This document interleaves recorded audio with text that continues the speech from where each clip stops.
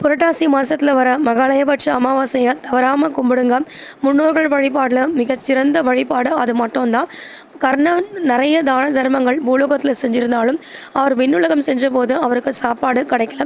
காரணம் என்னென்னா, தன்னுடைய முன்னோர்களை அவர் வழிபட மறந்துட்டார்.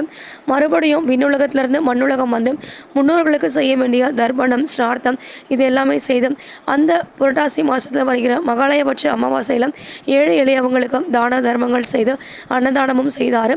அவர் விண்ணுலகம் செஞ்ச போதும் அவருக்கு சாப்பாடு கிடச்சிது. அதே மாதிரி தான் நாமளும் நம்மளுடைய முன்னோர்கள் நமக்காக எவ்வளோ கஷ்டப்பட்டிருக்காங்க, பாடுபட்டிருக்காங்க.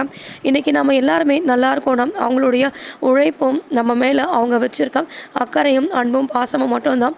நாமளும் நன்றி உணர்ச்சியோடு அதை என்றைக்குமே மறக்காமல் அவங்களுக்கு நம்ம வாழை இலையில் படைகள் போட்டு அவங்கள நினச்சி நாம் அவங்கள வழிபாடு பண்ணணும்.